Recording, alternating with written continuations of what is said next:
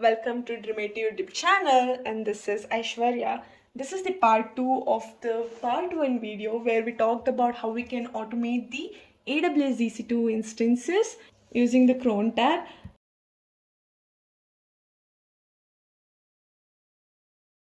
Previously, I happened to run the script manually, and in this particular video, let us just go ahead and automate the script start and stop action. By doing this, you're also avoiding the use case of CloudWatch, because CloudWatch is one of the services that ideally triggers the Lambda functions automatically based on the time that you have set up in the AWS environment.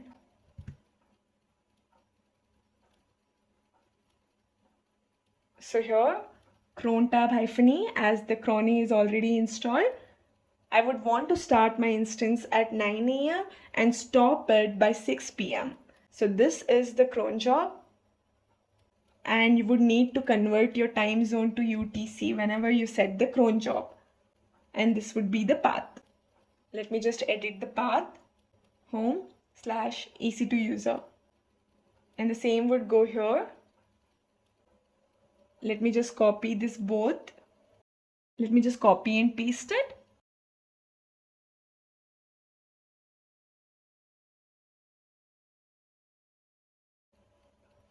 And you have multiple online websites where it will give you explanation about how you can set up the time in the UTC on the cron jobs. I would recommend going through such websites.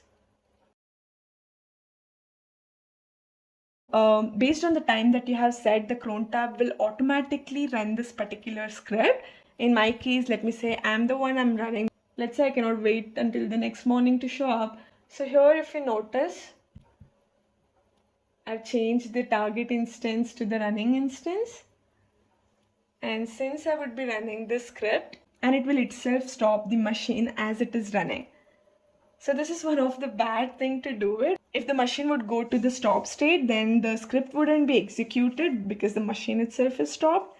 So this is the reason why I was asking about have an instance that is always running. So that way you can control another EC2 instances.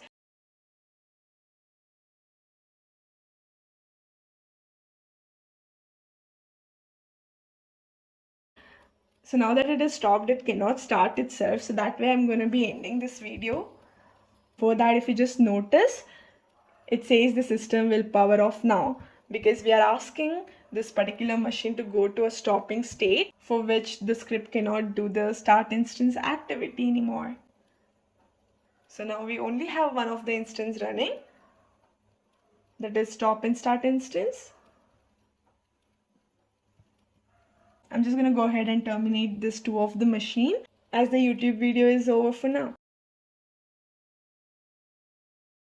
I hope both part 1 and part 2 video is really helpful. As I'm in the end of the part 2 video, I just had a very small information to share that I'm a step away to reach the 499 subscribers. I really want you guys to subscribe to my channel, hit that button, and I'll see you in the next one. So sayonara.